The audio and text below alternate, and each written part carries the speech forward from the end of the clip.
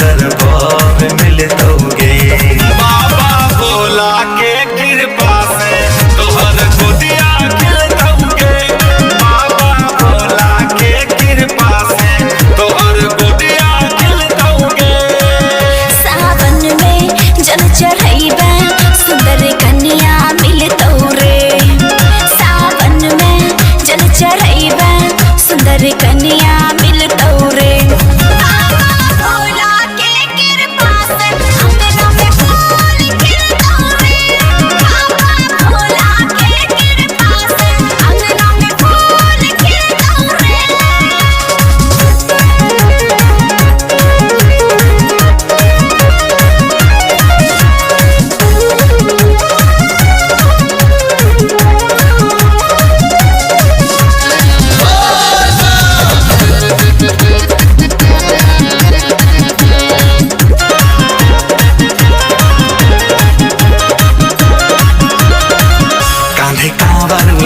बाबा के जल चढ़ाई जोगिया के मनाइली है।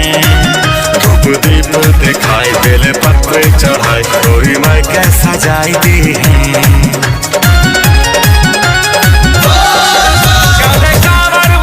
बाबा के जल चढ़ाई जोगिया के मनाइली है।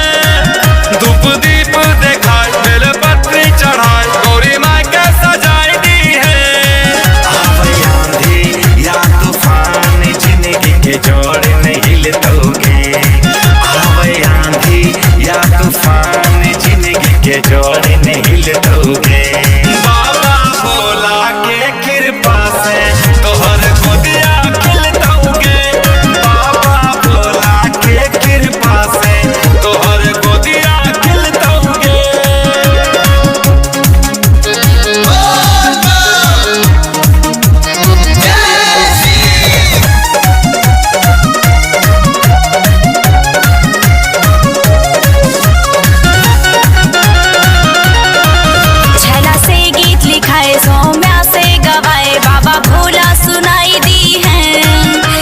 झाल बजाए नाच गाना दिखाए गौरी माँ के मनाइली है।